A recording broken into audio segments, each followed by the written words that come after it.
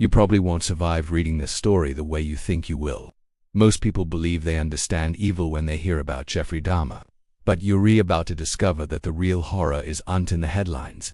It's in how ordinary everything seemed before it all went wrong. You're walking through the quiet streets of Bath Township, Ohio, in the late 1960s, where a blonde-haired boy named Jeffrey collects roadkill with the dedication of a scientist. You watch him scrape deceased animals off the asphalt, carrying them to a small shed behind his family's house on Hazel Drive. Inside that shed, you witness something that should have been a warning to everyone, but nobody was paying attention. You see young Jeffrey performing what he calls experiments. He's dissolving animal carcasses in acid, bleaching bones until they're pristine white, and arranging skeletal remains with meticulous care. His father, Lionel Dahmer, actually encourages this behavior, thinking his son shows promise in chemistry. You watch Lionel demonstrate how to use acid to strip flesh from bones, believing he's nurturing a future scientist. The irony burns literally. You observe the Dahmer household's slow disintegration. Joyce Dahmer, Jeffrey's mother, battles severe mental illness and prescription drug addiction. She swallows handfuls of pills daily, creating an atmosphere of chaos and neglect. You witness heated arguments between his parents that shake the house's foundation, while Jeffrey retreats further into his macabre hobbies. The roadkill experiments escalate. You watch him nail a dog's carcass to a tree, creating what neighbors later describe as a shrine. You're there during Jeffrey's high school years at Revere High School, watching a teenager who seems desperate for attention, but only knows how to get it through shock value. He brings roadkill to school, mimics disabled students to get laughs, and drinks alcohol obsessively. His classmates nickname him Dahmer, the Bomber, for his outrageous behavior. But you see the calculation behind every seemingly random act. He's practicing for something bigger. You witness the most chilling moment of his adolescence during a field trip to the National Institutes of Health in Bethesda, Maryland. While his classmates focus on the tour, Jeffrey fixates on a particular display: preserved human organs floating in formaldehyde. You watch his eyes light up with fascination that goes beyond normal curiosity. A tour guide notices Jeffrey's intense interest and jokes about the boy becoming a doctor someday. If only they knew. You're present during Jeffrey's graduation day in 1978, watching his parents finalize their bitter divorce proceedings while their 18-year-old son drinks beer alone in his bedroom. Joyce Dahmer moves out, taking Jeffrey's younger brother David, but leaving Jeffrey behind with their father, who is rarely home due to his job as a research chemist. You observe Jeffrey's complete isolation during this period, spending entire days in that shed with his animal specimens and increasingly violent fantasies. You witness the critical moment when Jeffrey's experimentation takes a darker turn. In his shed laboratory, you watch him realize that animal bones and flesh react the same way human remains would under chemical treatment. This isn't accidental learning, it's methodical preparation. Historians still debate whether Jeffrey consciously planned his first human victim during this period, or if the knowledge simply accumulated until opportunity presented itself. You see Jeffrey working at a local blood plasma center during the summer of 1978, a job that provides him access to medical knowledge about blood preservation and decomposition. His supervisors note his unusual interest in the technical aspects of blood storage, but they interpret his curiosity as professional dedication rather than something sinister. You watch him asking detailed questions about how long blood remains viable under different storage conditions. You observe Jeffrey's final weeks as a normal teenager, though normal was never the right word. He spends hours perfecting his dissolving techniques, timing how long different acids take to strip flesh completely from bone. You watch him create detailed notes about chemical concentrations and temperatures, approaching his macabre hobby with scientific rigor that would have impressed his father. If Lionel had known the true purpose behind Jeffrey's research. You're there on June 18, 1978, watching Jeffrey cruise the local bars despite being underage. Using his tall frame and adult demeanor to gain entry, he's hunting for something specific, though even he might not fully understand what yet. You observe his increasing agitation as the night progresses, fueled by alcohol and years of building fantasy. He drives home along country roads, his mind racing with possibilities that should never occur to any human being. You witness Jeffrey's preparation ritual that night, arranging his chemical supplies, checking his equipment, and mentally rehearsing scenarios he's imagined thousands of times. The shed behind his house has become a laboratory of horrors, though no victim has crossed its threshold yet. You watch him practice conversation starters, ways to lure someone back to his house, excuses that might convince a stranger to accompany him home. The ingredients for tragedy have been carefully assembled over years of seemingly innocent experimentation. You've watched Jeffrey Dahmer transform from a curious child into a calculated predator, all while the adults in his life either ignored the warning signs or actively encouraged behaviors that seemed scientific on the surface.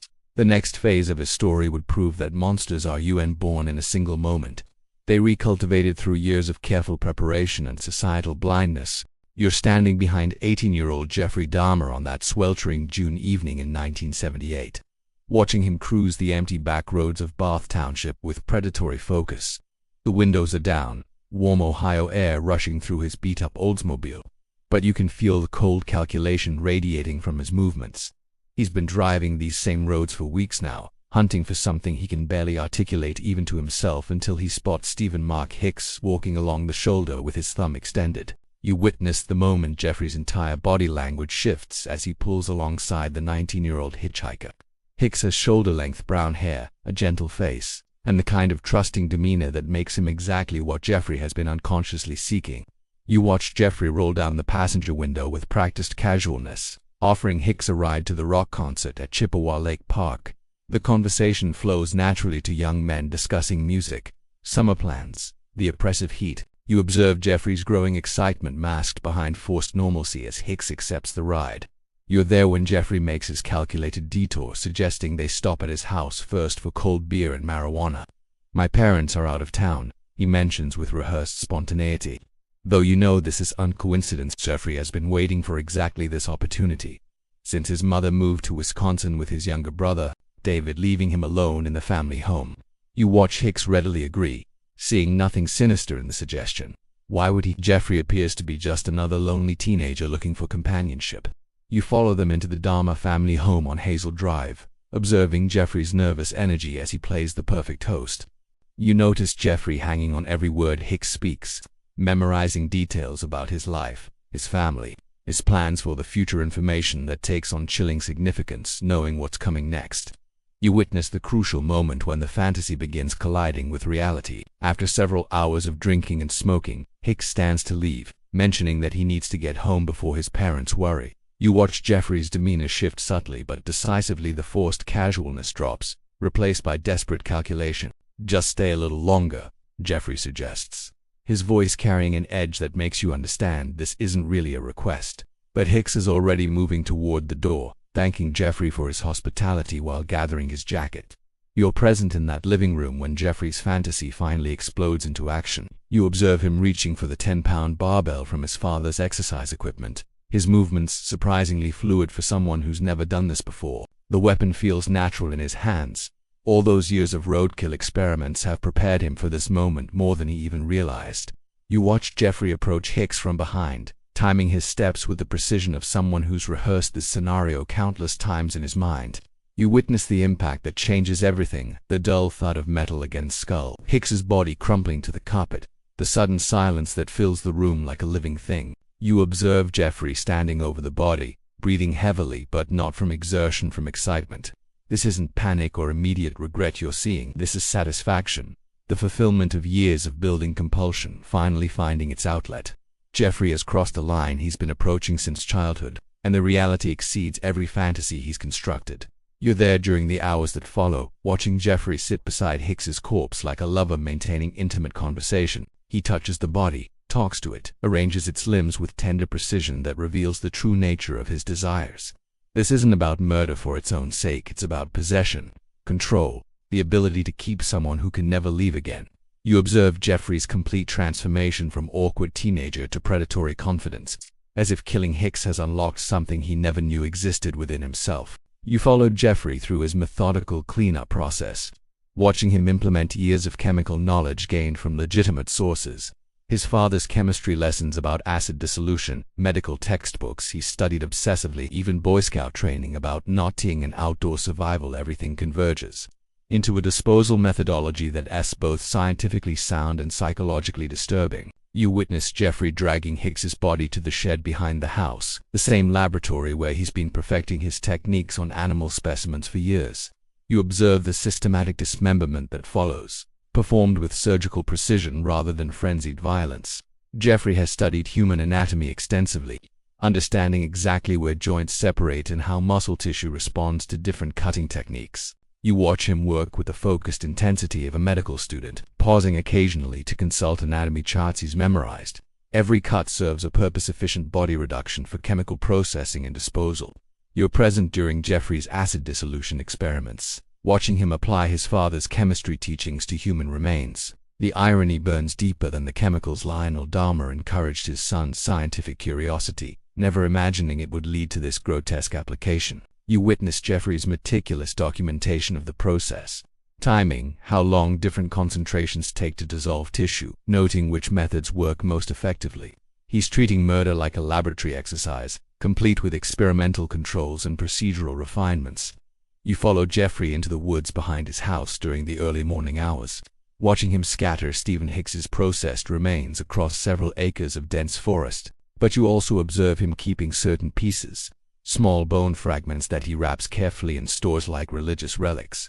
These trophies provide comfort during the lonely weeks that follow, physical proof that his fantasy became reality and can become reality again whenever he chooses.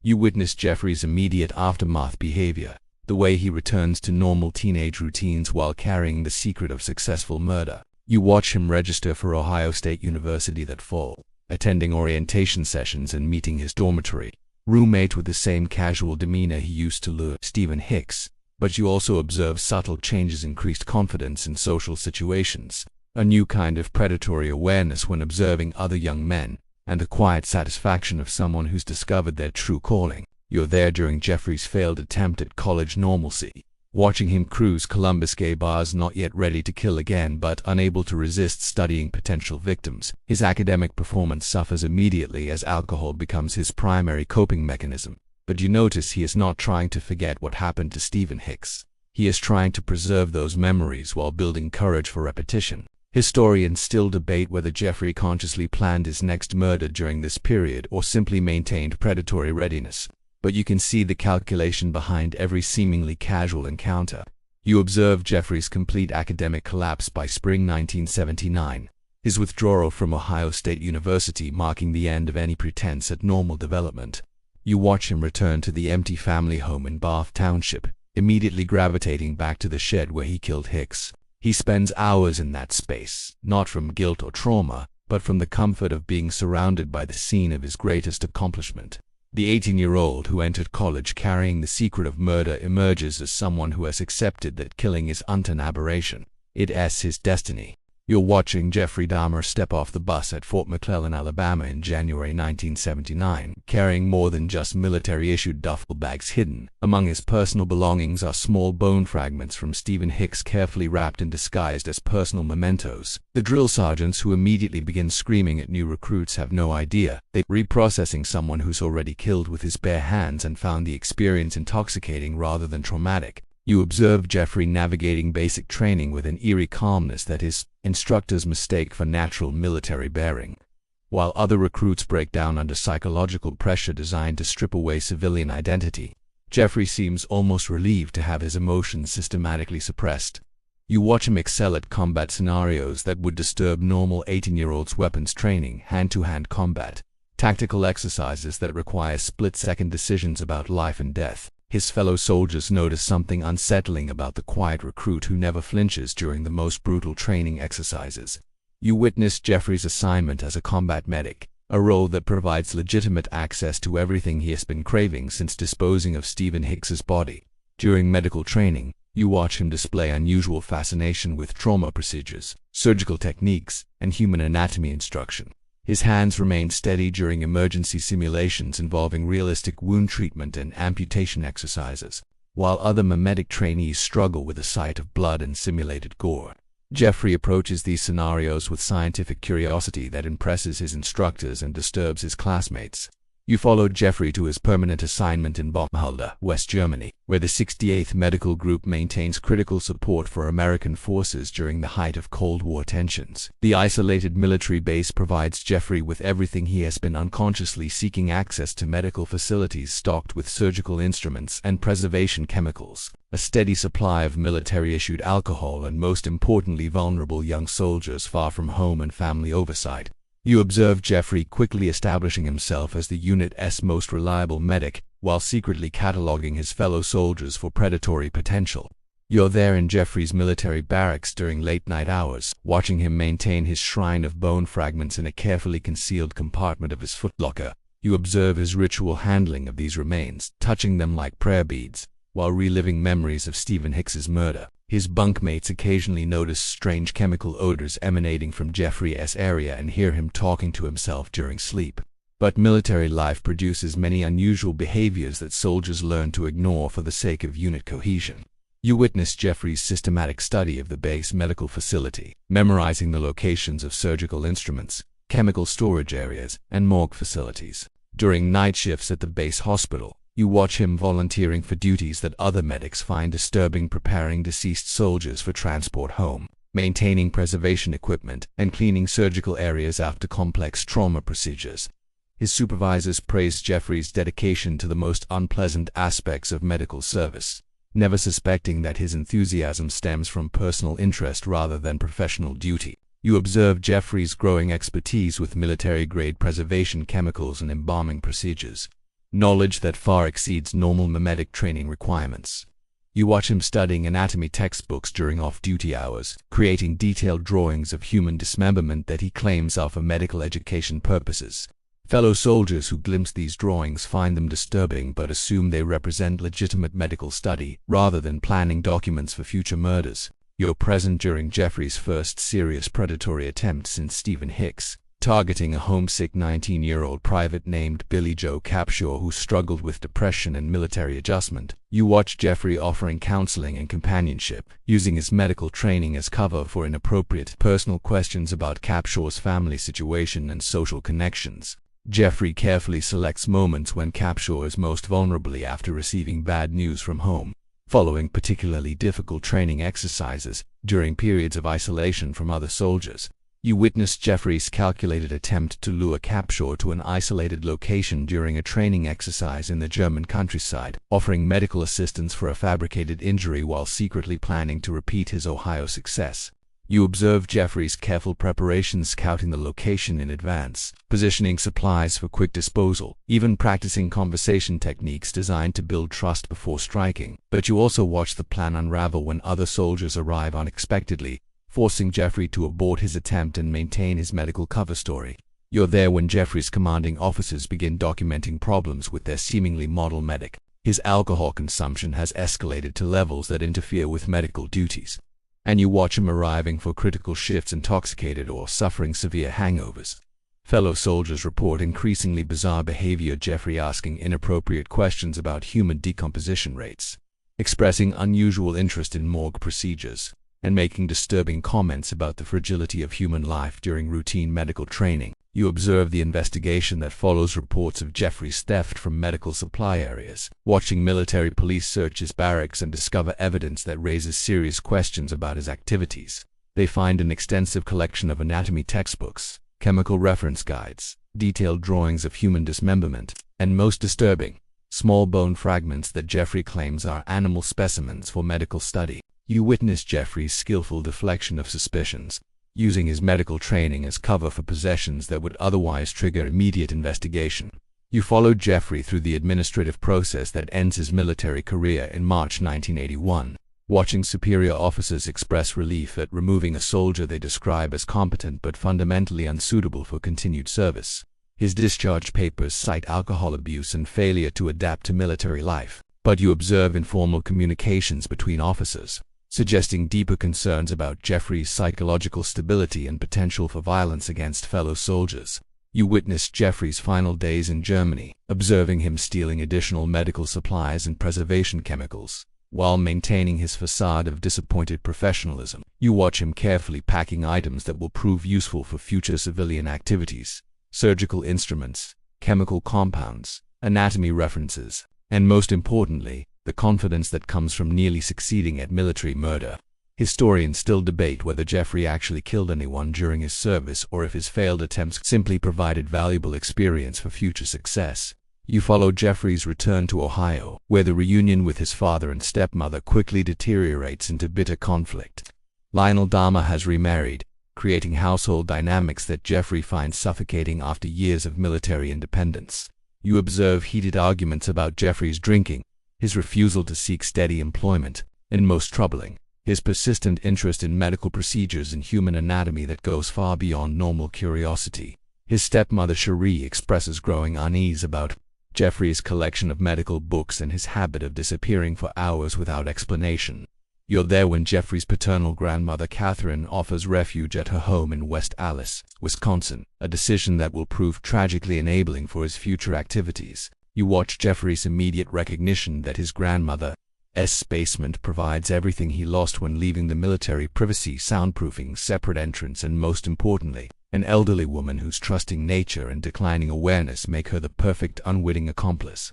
You observe Jeffrey selecting this location with the same tactical precision he learned during military service, understanding that suburban anonymity will provide better cover than rural isolation. You witness Jeffrey's systematic preparation of his grandmother's basement, installing equipment and supplies that transform the space into a more sophisticated version of his childhood shared laboratory. You watch him testing chemical procedures, timing disposal methods, and most chillingly, practicing conversation techniques designed to lure victims to this new killing ground. The failed military predator has returned to civilian life as a more methodical and dangerous version of the teenager who killed Stephen Hicks, now armed with medical knowledge, chemical expertise, and tactical thinking that will make his next murders far more efficient and difficult to detect. You're standing in the shadows of Milwaukee's gay bar district in September 1987. Watching Jeffrey Dahmer emerge from his grandmother's basement laboratory as a fully evolved predator. 9 years have passed since Stephen Hicks, and you observe a man who spent that time perfecting his methodology with scientific precision. The nervous teenager who killed impulsively has transformed into a calculated hunter, who views potential victims like laboratory specimens waiting for collection. You witness Jeffrey's systematic study of Milwaukee's nightlife, particularly the bars along North Water Street where young men gather seeking connection and community.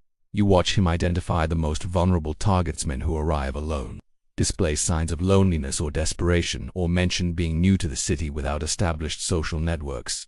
Jeffrey has learned that isolation is the key ingredient for successful hunting, and Milwaukee's transient gay population provides an endless supply of isolated individuals. You're there on September 15, 1987, when Jeffrey encounters Stephen Twomey at Club 219, a popular gay bar in downtown Milwaukee. You observe Jeffrey's refined approach, no longer the clumsy teenager offering rides, but a confident adult who buys drinks, initiates sophisticated conversation, and presents himself as an experienced local showing kindness to newcomers. Twomey, visiting from Michigan, finds Jeffrey charming and knowledgeable about Milwaukee's hidden attractions. You follow Jeffrey and Twomey to the Ambassador Hotel, watching Jeffrey implement his new methodology of neutral locations before bringing victims home. You witness Jeffrey's careful preparation selecting a hotel room that provides privacy while maintaining plausible deniability, ensuring adequate supplies of alcohol to render victims compliant, and most critically, timing the encounter to maximize his window for disposal activities. This isn't the impulsive violence of his first murder. This is systematic predation, refined through years of planning. You're present in that hotel room when Jeffrey's fantasy collides with Stephen Twomey's reality, watching Jeffrey strangle his victim with methodical pressure rather than the blunt trauma he used on Stephen Hicks. You observe Jeffrey's growing sophistication in killing techniques. He's studied anatomy extensively, understanding exactly how to apply pressure to the carotid arteries for quick unconsciousness followed by death. The process reflects his medical training and years of chemical experimentation with preserved specimens. You witness Jeffrey's transportation challenge the morning after Twomey's murder, watching him purchase a large suitcase to move the body from the Ambassador Hotel back to his grandmother's basement. You observe his careful timing waiting for checkout hour when hotel staff are distracted, using service elevators to avoid other guests, and maintaining perfect composure while literally carrying a corpse through Milwaukee's downtown streets. His confidence during this high-risk operation reveals how thoroughly he's mentally rehearsed every aspect of victim disposal. You follow Jeffrey into his grandmother's basement laboratory, now equipped with industrial-grade chemicals, precision cutting tools, and ventilation systems designed to contain odors that would otherwise alert neighbors. You watch him implement disposal procedures perfected through 9 years of experimentation, systematic dismemberment using techniques learned during military medical training, acid dissolution of organic material, and bone crushing that reduces human remains to fragments small enough for standard garbage disposal. You observe Jeffrey's development of what he calls his collection, keeping specific body parts as trophies that provide ongoing satisfaction between kills. You witness him preserving skull fragments, organizing them with the same systematic approach he applies to victim selection and disposal. These preserved remains serve multiple psychological functions, proof of his successful hunting, physical connection to victims who can never leave him, and motivation for future predatory activities. You're there when Jeffrey's killing frequency accelerates dramatically after the Twomey success. Watching him perfect his technique with victim after victim, you witness the murder of James Edward Dockstader in January 1988, followed by Richard Guerrero in March, each death refining Jeffrey's methodology and increasing his confidence. You observe him developing signature behaviors, the promise of money for photographs, the strategic use of sleeping pills dissolved in drinks, and the post-murder rituals that provide psychological satisfaction. You follow Jeffrey through his most productive period at his grandmother's house, watching him kill 9 more victims between 1988 and 1991. While maintaining a facade of family responsibility, you witness his careful management of his grandmother's declining awareness, timing his activities around her schedule and using basement soundproofing to prevent discovery. His neighbors notice increasing chemical odors and occasional power tool noises, but suburban politeness prevents direct investigation. You observe Jeffrey's systematic selection process reaching industrial efficiency, watching him identify and isolate victims with predatory precision that reflects years of refinement. You witness him targeting Anthony Sears, an aspiring model whose physical attributes match Jeffrey's evolving preferences for young, attractive men who won't be immediately missed by extensive social networks. You watch Jeffrey implement increasingly sophisticated psychological manipulation, using his apparent normalcy and middle-class background to build trust with victims who have no reason to suspect danger. You represent during Jeffrey's most psychologically revealing behavior. His practice of preserving and interacting with victim remains as if maintaining ongoing relationships. You witnessed him creating shrines of skull fragments, talking to preserved body parts, and using these trophies for sexual gratification that extends his psychological possession of victims indefinitely beyond their deaths. This behavior reveals that Jeffrey's murders serve purposes beyond mere killing. They re-attempts to create permanent companions who can never abandon him. You witness Jeffrey's growing boldness as his success rate approaches perfection, watching him bring victims directly to his grandmother's house without the hotel intermediary steps he previously considered necessary. You observe him developing streamlined procedures that reduce the time between victim acquisition and complete disposal from days to hours. Efficiency improvements that reflect both practice and growing confidence in his operational security. You follow Jeffrey through his recognition that his grandmother's house, despite its advantages, poses increasing risks as his killing frequency escalates. You watch him realize that Catherine Dahmer's advancing age makes her both more vulnerable to discovery and more likely to accidentally reveal his activities to outside observers. You observe Jeffrey beginning to plan his transition to independent living arrangements that will provide even greater privacy and operational flexibility. You're there when Jeffrey's success at his grandmother's basement laboratory reaches its natural conclusion. Watching him prepare for the next phase of his predatory evolution, you witness him researching apartments that will provide the privacy and disposal capabilities he has grown accustomed to while eliminating the risks associated with family proximity. You observe Jeffrey approaching this transition with the same systematic planning he applies to victim selection and disposal, recognizing that his most productive killing period lies ahead once he achieves complete operational independence. Historians still debate whether Jeffrey's time at his grandmother's house represented the peak of his predatory sophistication or merely the preparation phase for even more horrific activities. But you've witnessed the transformation of an impulsive teenager into a methodical killer whose efficiency approaches industrial levels of human destruction. You're standing outside apartment 213 at the Oxford Apartments on North 25th Street in Milwaukee on the sweltering night of July 22, 1991. Watching Jeffrey Dahmer lead his final victim through the building's front entrance. Konerak Sintasomphone, just 14 years old, follows Jeffrey with the trusting innocence that has made him the perfect target, young, vulnerable, and completely unaware that he is entering what neighbors have dubbed the death apartment due to the persistent chemical odors and disturbing sounds that emanate from within. You witness Jeffrey's refined predatory technique as he guides Synthesomphone through the apartment building's dimly lit hallways. After 4 years of killing in this location, Jeffrey has perfected his approach, no longer the clumsy hotel arrangements of his early Milwaukee period, but direct transportation of victims to his fully equipped laboratory. You observe his casual confidence as he unlocks apartment 213, the same demeanor he's used to lure 16 previous victims to their deaths in this same location. You follow them into Jeffrey's apartment, observing a space that's been systematically modified for murder and disposal over 4 years of continuous use. The living room appears normal to casual observation, but you notice details that reveal its true purpose: furniture positioned to facilitate body transport, windows covered to prevent outside observation, and most chillingly, a refrigerator that no longer contains food but serves as storage for human remains Jeffrey isn't ready to dispose of completely. You're present when Jeffrey implements his standard victim preparation protocol, watching him offer synthesomphone alcohol laced with sleeping pills, while maintaining casual conversation about photography and modeling opportunities. You observe Jeffrey's practiced manipulation techniques, building trust through apparent kindness, creating false intimacy through personal disclosure, and most effectively, offering financial compensation that makes his victims feel they're re-entering a legitimate business arrangement rather than a predatory trap. You witness the moment when Jeffrey's drugs take effect, watching synthesomphone become disoriented and compliant but not immediately unconscious. You observe Jeffrey's decision to accelerate his timeline, beginning his ritualistic preparation for murder while his victim is still partially aware. This represents Jeffrey's most psychologically disturbing evolution. He has moved beyond simply killing to actively enjoying the psychological torment that precedes death, savoring his victim's growing realization that they're trapped and helpless. You're there when Jeffrey makes his critical mistake, watching him drill a hole in synthesophone's skull and inject muriatic acid directly into his brain, and experimental procedure designed to create a living zombie that will remain compliant while conscious.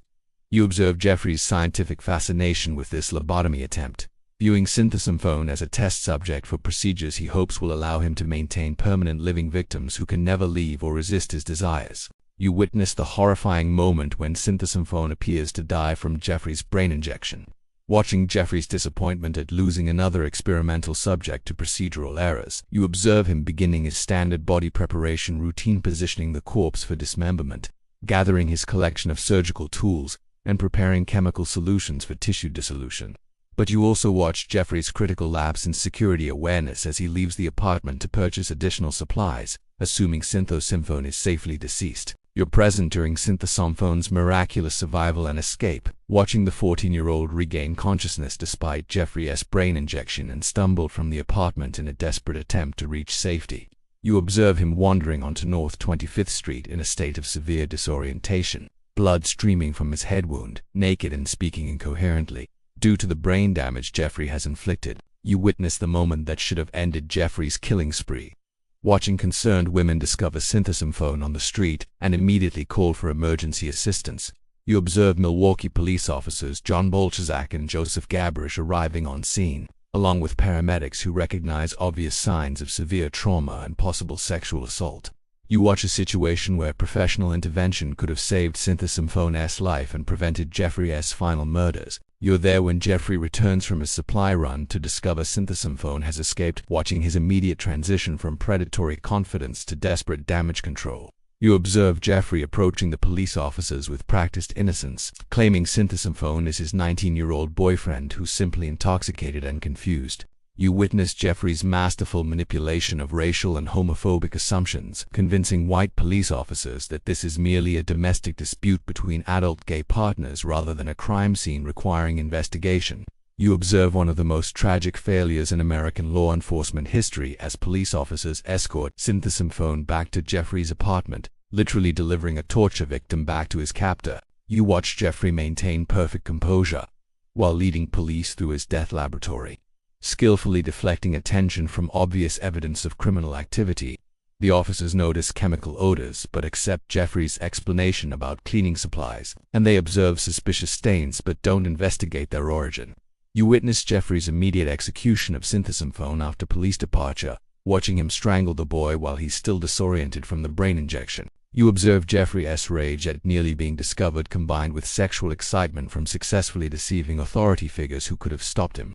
This killing represents Jeffrey's psychological peak. He has not only murdered successfully but proven he can manipulate law enforcement itself to facilitate his crimes.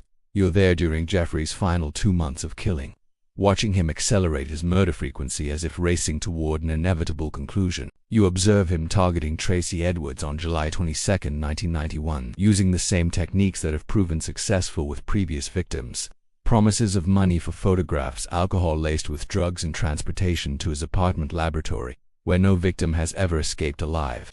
You follow Edwards into apartment 213, watching Jeffrey implement his standard preparation routine while displaying growing recklessness that suggests psychological deterioration.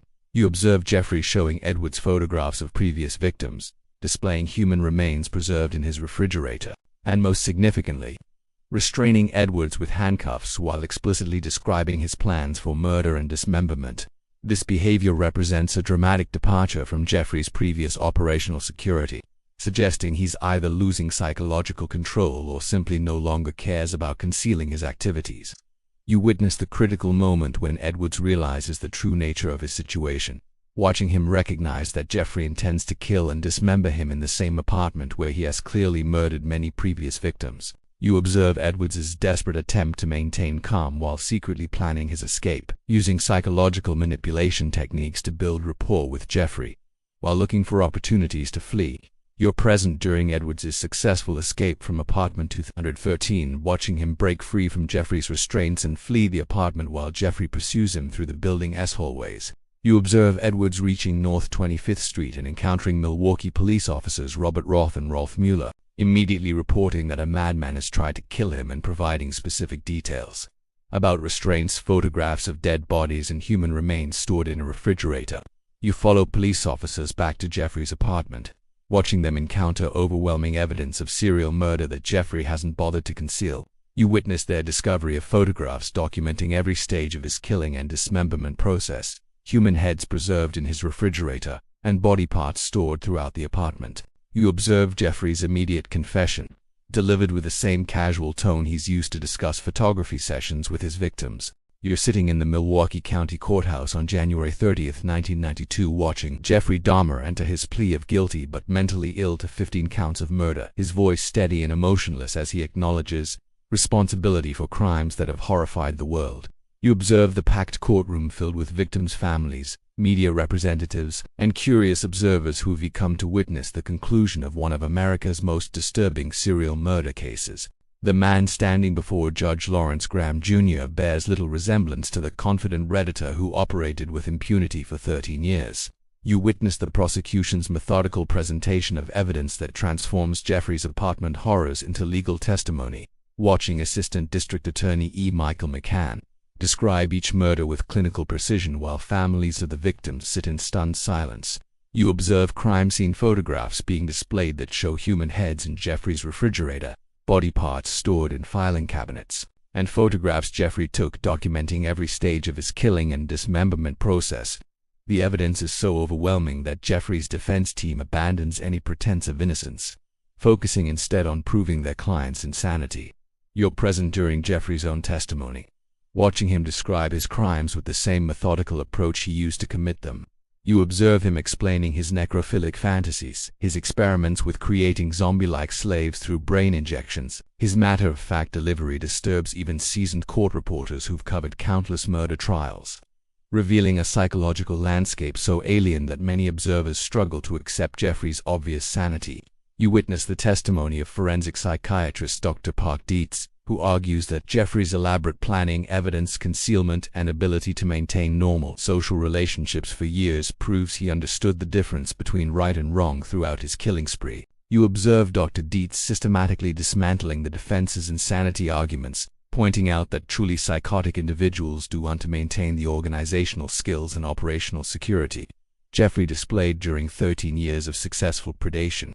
You read there when victims' family members deliver impact statements that transform Jeffrey's victims from crime statistics back into beloved sons, brothers, and friends whose deaths have devastated entire communities. You watch Rita Isbell, sister of victim Errol Lindsay, attempt to physically attack Jeffrey before being restrained by court security. Her rage, representing the collective fury of families who VA discovered their loved ones were treated like laboratory specimens by a man they trusted enough to follow home. You observe Jeffrey's sentencing on February 17, 1992, watching Judge Graham impose 15 consecutive life terms that ensure Jeffrey will never again walk free among potential victims. You witness Jeffrey's final statement expressing remorse that sounds rehearsed and hollow, lacking the emotional authenticity that might suggest genuine understanding of the suffering he's caused. His clinical description of his crimes continues even during sentencing, revealing a mind that processes human tragedy as scientific data rather than moral catastrophe. You follow Jeffrey to the Columbia Correctional Institution in Portage, Wisconsin, where he begins serving his life sentences in protective custody designed to prevent the vigilante justice that prison officials know awaits him in general population. You observe Jeffrey's adaptation to prison life, watching him maintain the same systematic approach to daily routines that characterized his killing methodology. He exercises regularly, reads extensively, and corresponds with admirers who write expressing fascination with his crimes. You witness Jeffrey's controversial interviews with reporters and authors, watching him attempt to explain his psychological development while maintaining emotional detachment from the suffering he caused. You observe him describing his childhood animal experiments, military service, and gradual escalation to human victims as if discussing someone else, as biography rather than accepting personal responsibility for conscious choices that destroyed 17 lives and traumatized countless others. You're present during Jeffrey's brief stint in general prison population, watching him interact with other inmates who view him with mixtures of fascination and revulsion. You observe Jeffrey's apparent comfort in the prison environment, as if the structured routine and isolation from potential victims provides relief from the compulsions that drove his criminal behavior. Some inmates report that Jeffrey seems almost grateful for imprisonment that removes the possibility of future killing. You witness the events of November 28, 1994, watching Jeffrey begin his final day with the same methodical routine he's maintained throughout his incarceration. You observe him attending chapel service, working his assigned cleaning duties in the prison gymnasium, and eating lunch with fellow inmates Christopher Scarver and Jesse Anderson. You notice subtle tension between the three men, particularly Scarver's growing agitation about sharing meals with convicted murderers whose crimes he finds particularly offensive. You're there when Jeffrey, Scarver, and Anderson are assigned to clean the prison gymnasium without guard supervision, a routine work detail that proves to be Jeffrey's final hour of life. You watch Scarver's mounting rage as he contemplates sharing workspace with men he views as monsters who received insufficient punishment for their crimes. You observe the moment when Scarver decides that justice requires his personal intervention, rather than relying on the legal system that allowed these killers to continue living. You witness Christopher Scarver's brutal attack on Jeffrey Dahmer, watching him strike Jeffrey's head repeatedly with a 20-pound metal bar, while Jeffrey attempts to flee toward the locked gymnasium door. You observe Jeffrey's final moments as he collapses from massive head trauma, dying within minutes from injuries that mirror the blunt force trauma he inflicted on his first victim, Stephen Hicks, 16 years earlier. The symmetry is both poetic and disturbing. Jeffrey's death recreates his original murder methodology. You're present when prison guards discovered Jeffrey's body alongside Jesse Anderson, both men killed by Scarver in what he later describes as divine justice for crimes the legal system punished inadequately. You observe the immediate investigation that follows, watching prison officials struggle to explain how 3 inmates were left unsupervised in an environment where violence was predictable and preventable. Historians still debate whether Scarver acted independently or if prison officials deliberately created conditions that made vigilante justice inevitable. You witness the aftermath of Jeffrey's death, watching public reaction range from celebration to concern about vigilante justice within the prison system. You observe victims' families expressing mixed emotions: relief that Jeffrey can never escape or kill again, but also frustration that his death prevents further answers about missing persons who might have been additional victims. Some families report feeling robbed of the opportunity to confront Jeffrey directly about their loved one's final moments. You follow Jeffrey's body to its final disposition, watching his brain being removed for scientific study before cremation scatters his remains in an undisclosed location. You observe the scientific community's debate about whether Jeffrey's brain tissue might reveal neurological abnormalities that contributed to his predatory behavior, though most experts conclude that his crimes resulted from psychological choices rather than biological compulsions that might excuse his actions. You're there during the final legal proceedings that settled Jeffrey's estate, watching his belongings being destroyed rather than sold to collectors who might glorify his crimes. You witness the deliberate erasure of Jeffrey Dahmer as a cultural figure, though you also observe the persistent public fascination with his case that ensures his story will be retold indefinitely despite efforts to consign his memory to historical obscurity. The story ends where it began, with you understanding that monsters aren't born in single moments of violence, but cultivated through years of choices that gradually separate predators from the human community they exploit.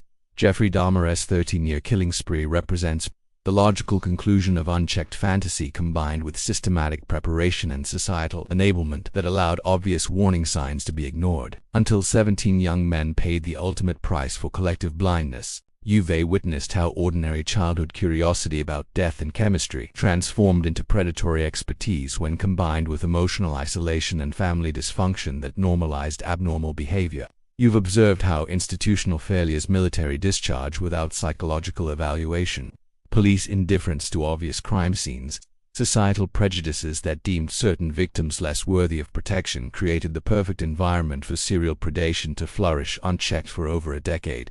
Perhaps most disturbing, you've seen how Jeffrey's superficial normalcy allowed him to hide among us, maintaining employment, family relationships, and social connections while simultaneously operating as one of history's most prolific killers. His ability to compartmentalize his crimes while functioning in normal society reveals the terrifying possibility that other predators remain undetected, perfecting their methodologies while we convince ourselves that monsters are easily recognizable and naturally isolated from ordinary communities. The Jeffrey Dahmer case forces us to confront uncomfortable truths about human nature, institutional accountability, and social responsibility that extend far beyond one disturbed individual's criminal choices. His victims deserved better protection, their families deserved more complete justice, and society deserves honest examination of the systemic failures that enabled his predatory success. Only through such difficult conversations can we hope to prevent future Jeffrey Dahmers from finding the perfect conditions for serial murder